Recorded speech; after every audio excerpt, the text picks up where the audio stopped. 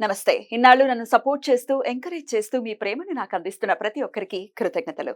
అలాగే ఈ వీడియో కూడా ఖచ్చితంగా మీకు ఉపయోగపడుతుంది. లైక్, షేర్ అండ్ సబ్స్క్రైబ్ చేసి మీ సపోర్ట్‌ని నాకు అందించండి. అలాగే ఈ వీడియో పట్ల మీకున్న అభిప్రాయాన్ని కామెంట్ సెక్షన్‌లో కామెంట్ చేసి తెలియజేయండి.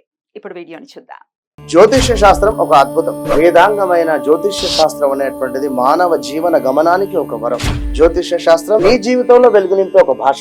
ఆ భాష నీకు అర్థమైతే ప్రకృతి నీతో మాట్లాడుతుంది. అస్ట్రాలజీ నేర్చుకోవాలి అనుకునే వారికి అద్భుత అవకాశం. మురళీధర శర్మ గారి అస్ట్రాలజీ క్లాసెస్ అతి త్వరలో మొదలు కాబోతున్నాయి. 100% జాబ్ గ్యారంటీ. వివరాల కొరకు సంప్రదించండి. నమస్తే, వెల్కమ్ టు అవర్ ఛానల్. నేను పద్మిని. ప్రస్తుతంతో పాటు ప్రముఖ ఆధ్యాత్మికవేత్త, జ్యోతిష పండితులు, అమ్మవారి సేవకులు, దత్త గణపతి ఉపాసకులు మురళీధర శర్మ గారు మనతో పాటు ఉన్నారు. మాట్లాడతాం.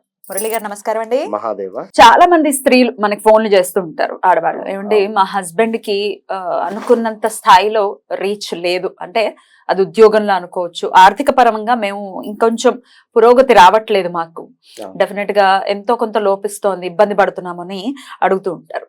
ఇక ఇంట్లో చూసుకుంటే వాళ్ళకి రకరకాల సమస్యలు, గొడవలు లేని ఇల్లు ఉంది అని అంటే నిజంగా అది అసలు సిసలు ఐశ్వర్యం అని చెప్పుకోవచ్చు.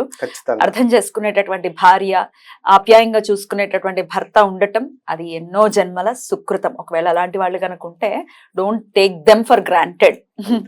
ఎనీవేస్, మరి ఇట్లాంటి పరిస్థితి లేదు, ఇంట్లో గొడవలు అవుతున్నాయి, ఇబ్బంది పడుతున్నాం డబ్బులకి సంబంధించి. గొడవకి డబ్బులు రాకపోవడానికి ఏమైనా సంబంధం ఉందా? తప్పకుండా అమ్మ, ఖచ్చితంగా ఉంటుంది. ఎందుకు అంటే ఇక్కడ మనము ఏదో వీడియోలో చెప్పి ఉన్నాం అనుకుంటా, మేబీ మొన్న వరలక్ష్మి వ్రతం అప్పుడు ఏదో వీడియో చేసి ఉన్నాను నేను.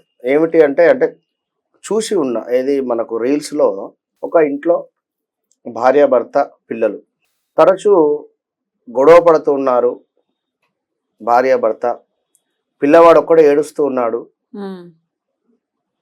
వాడు టీవీ రిమోటు టీవీ రిమోట్ పట్టుకునేది ఏదో వస్తూ ఏడుస్తూ ఉన్నాడు. ఎందుకంటే తండ్రి తరపు నుండి ప్రేమ, తల్లి తరపు నుండి ప్రేమ సరిగా అందటం లేదు.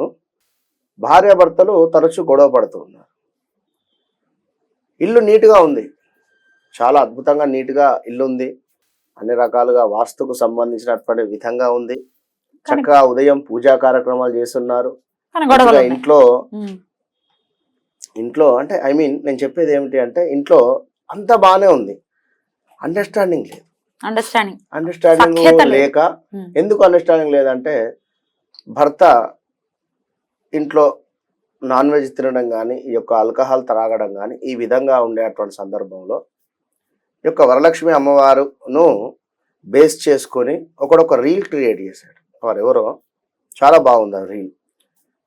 అమ్మవారు వస్తూ ఉంటుంది ప్రతి ఇంటికి కూడా, వీరింటికి కూడా వచ్చే సందర్భంలో అద్భుతంగా ఉంది. అక్కడ కడప కడిగి చక్కగా ముగ్గులు వేసి, ఇంటి ముందు ముగ్గు వేసి ఉంది. ఇక ఇంట్లోకి అడుగు పెడదామనేటువంటి సందర్భంలో పిల్లవాడు ఏడుస్తున్నాడు, భార్యాభర్తలు గొడవ పడుతూ ఉన్నారు. అంటే ఆ యొక్క భర్త డ్రింక్ చేసి ఆ భార్యను కొట్టడము, లైక్ ఆ విధంగా జరుగుతుంది. అక్కడ ఆ సిచ్యువేషన్ చూసి తను ఏం చేయాలో అర్థం కాక కాలు వేయనట్టుగా వేసి మళ్ళీ బ్యాక్ స్టెప్ వేసుకుని వెళ్ళిపోయింది. మరొక ఇంట్లో వెళ్ళేసరికి ఎంతో అన్యోన్యంగా, ఎంతో ఆప్యాయంగా పిల్లవాడు, ఆ యొక్క భార్య, ఈ యొక్క భర్త చాలా చక్కగా కూర్చొని ముచ్చట పెట్టుకుంటున్నారు మెచ్యూర్గా. ఆ సందర్భాన్ని చూసి అమ్మవారు అసలు ఒక్క సెకండ్ కూడా ఇక్కడ కాలు వెయ్యాలా వద్దా అని ఆగిందా? అసలు ఆగను కూడా ఆగలేదు, కడప దాటి వెళ్ళిపోయింది లోపలికి. ఎంత గూస్ బంప్స్ అయిందండి నాకు ఆ వీడియో చూసి. అనుకున్నా, ఏం క్రియేటివిటీ నాయన అనుకున్నా, బాగా అనిపించింది. నిజమే, పూజలు లేకపోతే అలంకరణలు ఇవి కాదు, ఇంట్లో ప్రశాంతత ఉన్నప్పుడు లక్ష్మి వస్తుందని. హ్యాపీ హోమ్ దేని ద్వారా వస్తుంది?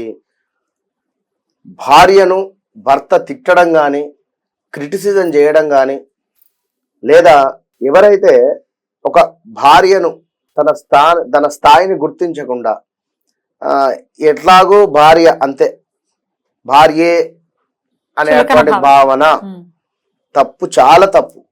భార్యలు కూడా అలాగే ఉన్నారండి, మనం అక్కడికి వెళ్దాం, అక్కడ అది కూడా చెప్పాలి, సమన్యాయం ఉండాలి ఖచ్చితంగా. ఎందుకంటే ఇక్కడ వీరు కేవలం డబ్బు కోసమే. మొన్న ఒక కాల్ మాట్లాడాను, అవి ఎవరు వారు అని చెప్పాను.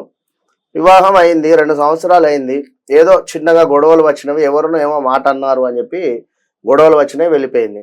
మంత్లీ డబ్బులు మాత్రము ఇతను పంపిస్తున్నాడు, పంపించే విధంగా అంటే ఏదో అయింది, ఖచ్చితంగా పంపిస్తున్నాడు, నెల మెయింటెనెన్స్. నెంబర్ అయితే బ్లాక్ ఉంది, నెంబర్ బ్లాక్ చేస్తుంది, డబ్బులు అయితే వెళ్తున్నాయి, మాటల్లో ఏం లేవు.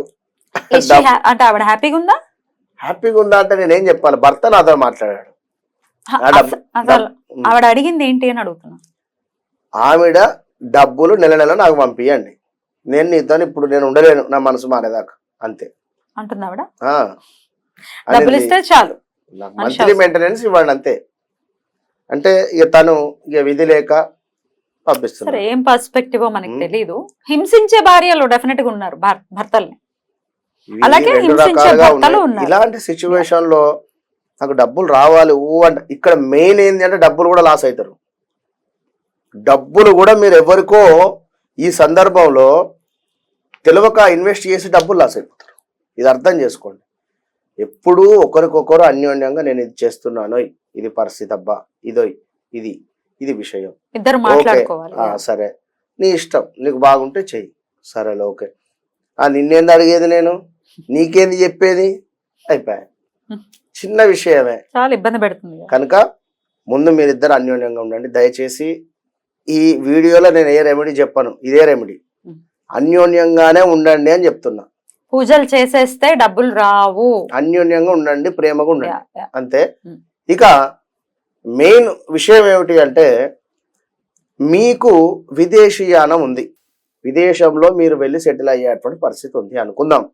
లేదు ఇక్కడే ఒక హైదరాబాద్ కావచ్చును, లేదా ఒక బెంగళూరు కావచ్చును, లేదా ఒక చెన్నై కావచ్చును, ఇలా వెళితే మీకు డబ్బు కలిసి వస్తుంది అనేటువంటిది మీ జాతకంలో ఉంటే తప్పకుండా వెళ్ళాలిగా.